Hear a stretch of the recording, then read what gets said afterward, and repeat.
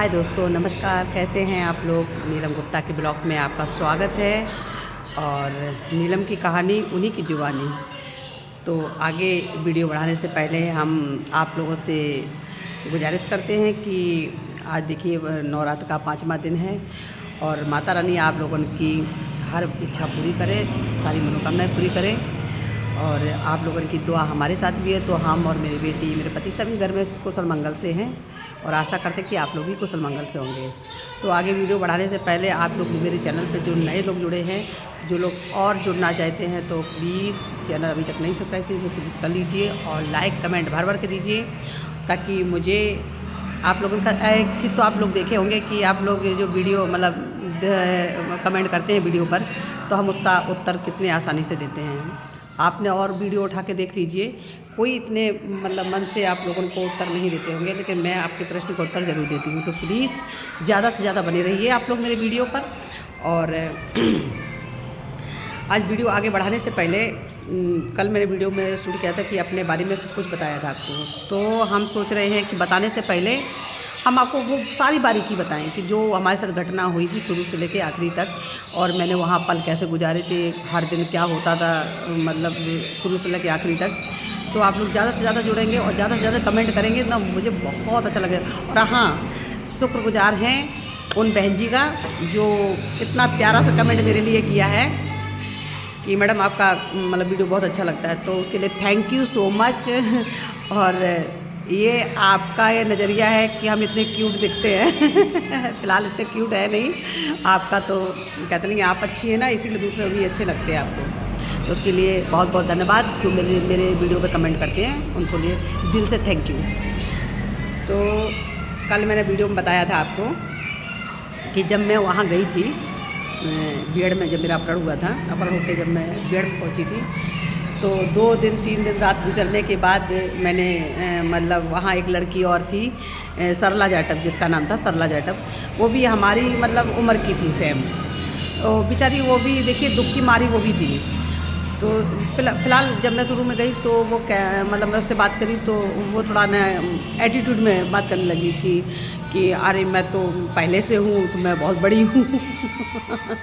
तो ये सब सोच के तो हम उससे कहने लगे कि ये बताइए कि आप यहाँ कैसे आई हो, और ये लोग सब कौन है, ये फौजी हैं कि पुलिस हैं, और हम कब घर जाएंगे, और आपको कैसे आई हो, मतलब उससे भी हम बात करने लगे।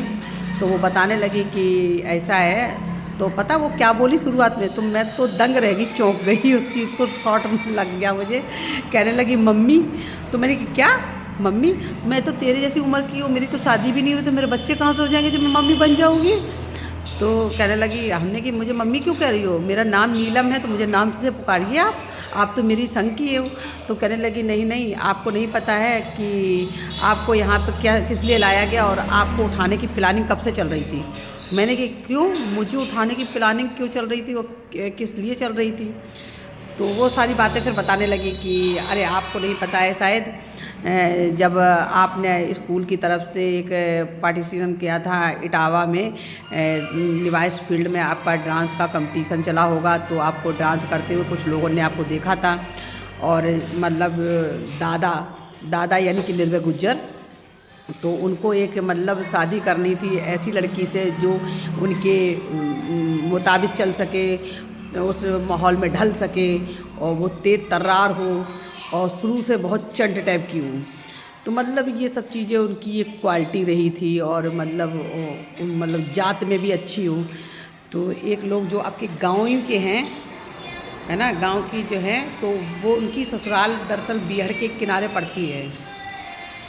अब मैं मतलब उसका नाम बताना ठीक नहीं है, क्योंकि बात गांव की है, इसलिए नहीं ले सकते उनका नाम, क्योंकि जो समय बीत गया तो अब हम नहीं चाहते कि पुरानी यादें फिर ताज़ी हों।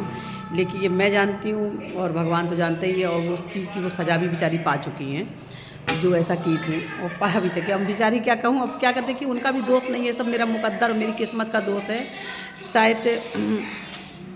आगे शब्द क्या बोले। तो जैसे जब मुझे वो सरला सारी बातें बताने लगी, तो कि आपको उठाने की प्लानिंग 1 महीना से चल रही थी।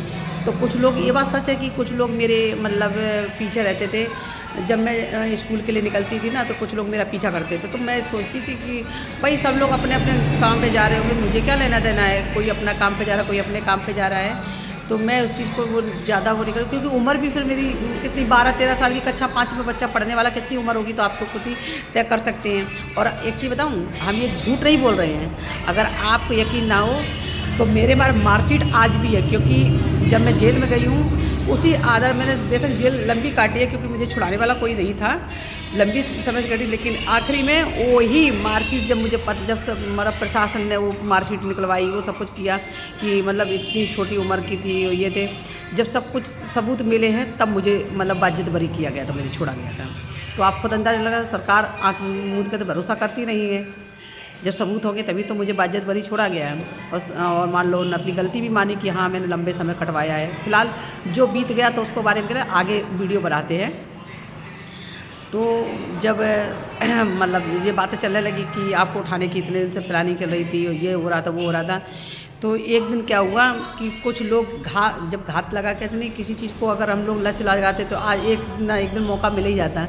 तो एक दिन क्या हुआ था, जब मतलब पेपर चल रहा था, तो मतलब बिधूना जब कस्बा मेरा पड़ता है जहाँ, और जो स्कूल था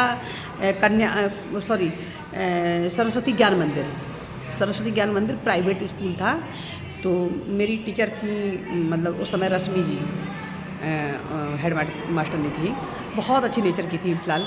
और तो मतलब उन्हीं की स्कूल में हम पढ़ा करते थे। तो उस समय ना बिधूना कस्बा ज़रूर है, अब टाउन एरिया भी है, और उस समय ना ज़्यादा मतलब जैसे भीड़ भाड़ होती वैसी नहीं होती। उस समय ना रोड बहुत सुनसान रहते थे दोपहर के टाइम पर।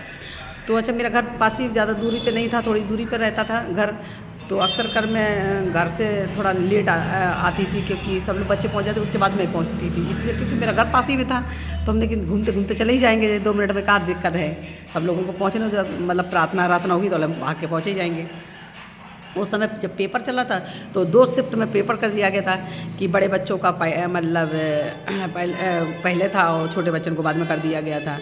ऐसा कर देते कभी कभी ना स्कूलों में कि मतलब 2 डिवाइड में कर दिया जाता था मतलब पेपर।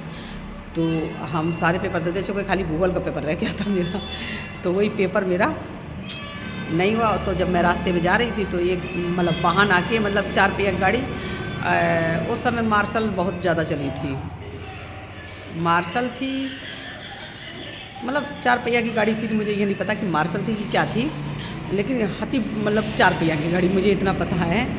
और तो उसमें से एक लोग उतरे और पूछने लगे कि ये बताइए कि मुझे एक एड्रेस बेटा बता दीजिए। तो मैंने कि बताइए अंकल, कहाँ का एड्रेस चाहिए।